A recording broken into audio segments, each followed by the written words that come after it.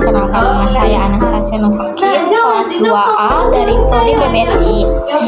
Di sini saya ingin memenuhi tugas mata kuliah pendidikan agama tentang keimanan dan ketakwaan. Baik, di sini saya ingin memaparkan poin-poin yang saya ingin jelaskan dalam video. Yang pertama, pengertian iman dan takwa.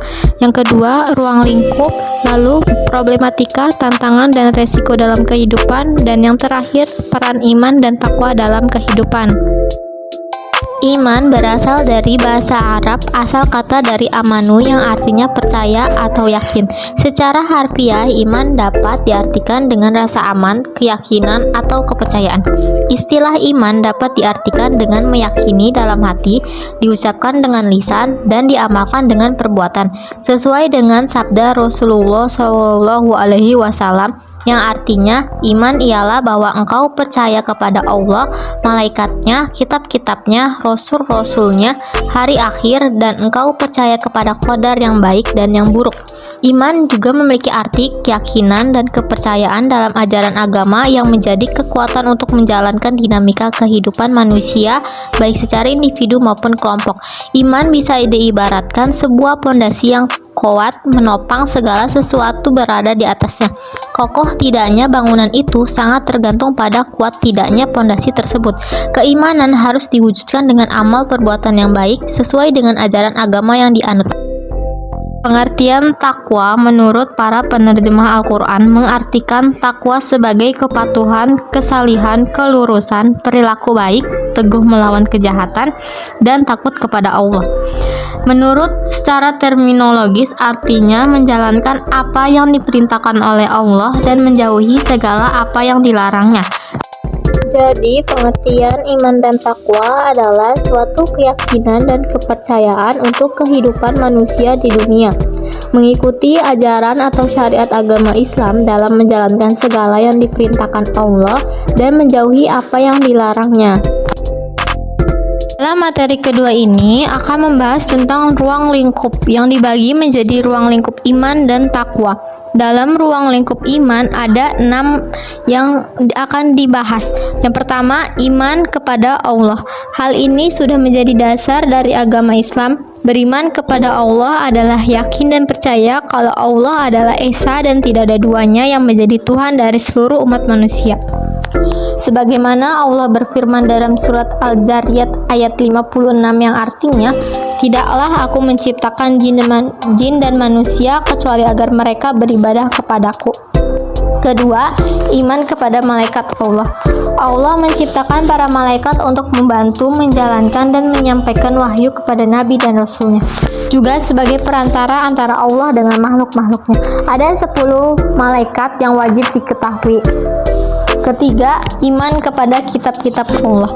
Tujuan Allah menurunkan kitab adalah untuk memberikan petunjuk-petunjuk kepada manusia dalam menjalani hidup di dunia.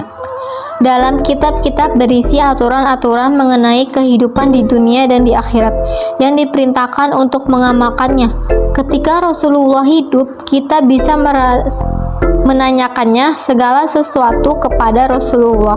Namun ketika beliau wafat, kita dapat mencari atau mengambil jawaban dari kitab Allah. 4 kitab yang wajib kita ketahui. Pertama, Taurat diturunkan kepada Nabi Musa, Zabur diturunkan kepada Nabi Daud, Injil diturunkan kepada Nabi Isa, Al-Quran diturunkan kepada Nabi Muhammad. Keempat, iman kepada Nabi dan Rasul.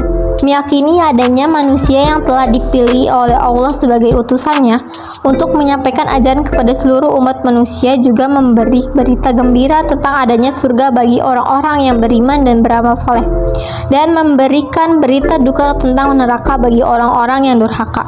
Dalam tugasnya, para nabi dan rasul tidak mengenal lelah dan putus asa karena dikaruniai kekuatan dan kesabaran luar biasa.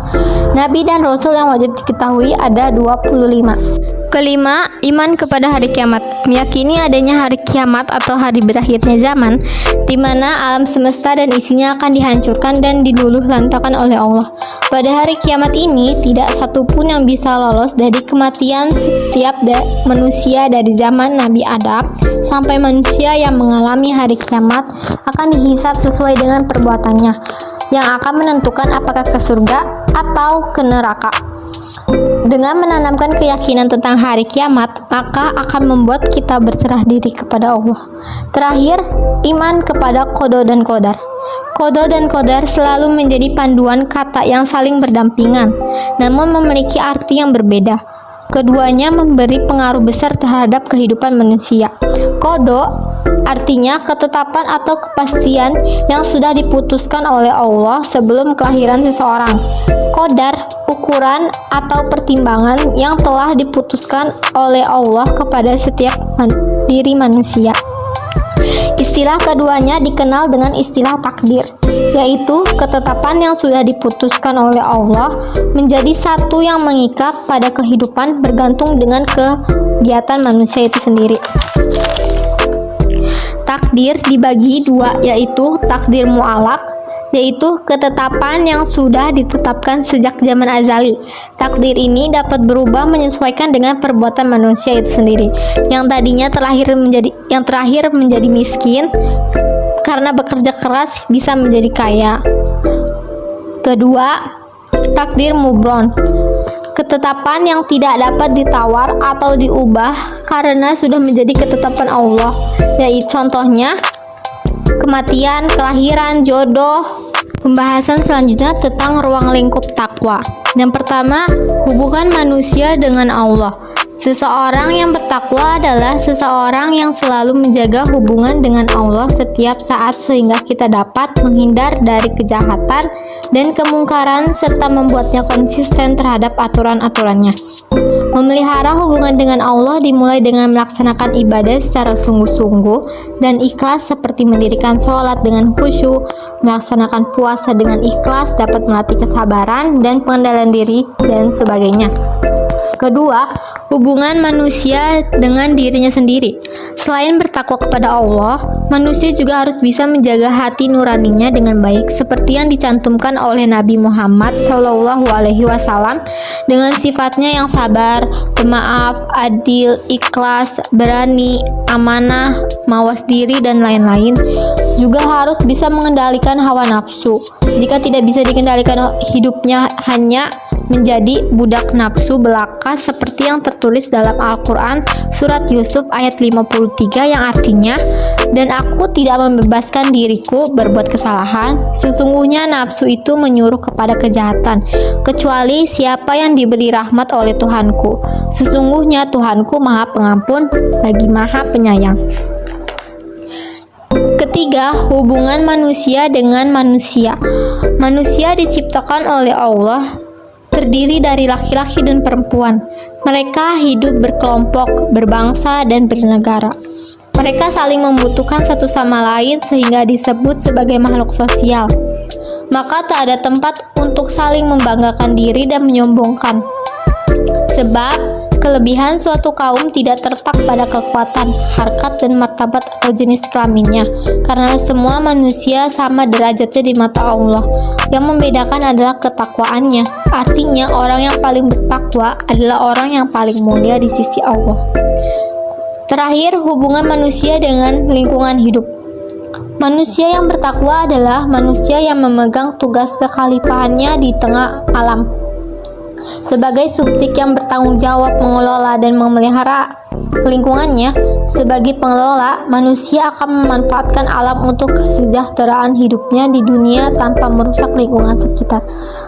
Alam dan segala potensi yang ada di dalamnya telah Allah ciptakan untuk diolah dan dimanfaatkan menjadi barang yang jadi berguna bagi manusia.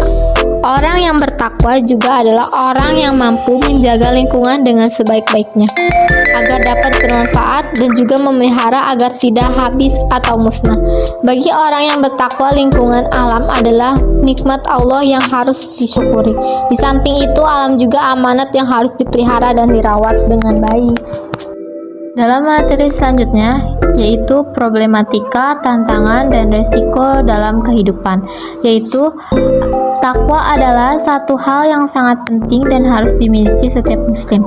Takwa adalah setiap sikap abstrak yang tertanam dalam hati setiap muslim, yang aplikasinya berhubungan dengan syariat agama dan kehidupan sosial.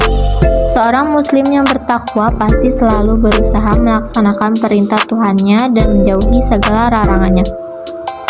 Dalam kehidupan ini, masalahnya sekarang umat Islam berada dalam kehidupan yang serba mudah. Setiap hal umat Islam selalu berhadapan dengan hal-hal yang dilarang agama tetapi menarik naluri kemanusiaannya. Contohnya, beberapa simpulan permasalahan dalam kehidupan ini, salah satunya masyarakat sekarang sebagian cenderung memilih hidup bersama tanpa adanya ikatan pernikahan. Ini menjadi salah satu contoh masalah yang menjadi tantangan bagi umat Islam. Oleh karenanya, dalam situasi ini perlu menjaga pandangan dari hal yang dilarang agama sebagai cara awal dan utama dalam mendidik diri menjadi muslim yang bertakwa. Menjaga mata, telinga, pikiran, dan hati dan perbuatan yang dilarang menjadikan kita memperoleh takwa. Memulai untuk bertakwa dengan mulai melakukan hal-hal yang terkecil seperti menjaga pandangan serta melatih diri untuk terbiasa menjalankan perintah dan menjauhi larangan Allah. Dalam materi terakhir yaitu peran iman dan takwa dalam kehidupan. Yang pertama, iman melenyapkan kepercayaan pada kekuasaan benda. Kedua, iman menanamkan semangat berani menghadapi maut. Lalu ketiga, iman menanamkan sikap self-help dalam kehidupan. Keempat, iman memberikan ketentraman jiwa. Lalu ada iman mewujudkan kehidupan yang baik. Juga iman melahirkan sikap ikhlas dan konsekuen. Yang terakhir ada iman memberikan keberuntungan. Juga iman dapat mencegah penyakit. Jadi kesimpulan dari materi yang saya bahas dalam video ini kali ini adalah iman dan takwa keduanya saling berkaitan. Karenanya bila seorang muslim memiliki iman, pastinya muslim tersebut bertakwa karena mengikuti perintahnya dan menjauhi larangannya. Sekian dan terima kasih. Mohon maaf apabila dalam materi yang saya jelaskan masih kurang. Wassalamualaikum warahmatullahi wabarakatuh.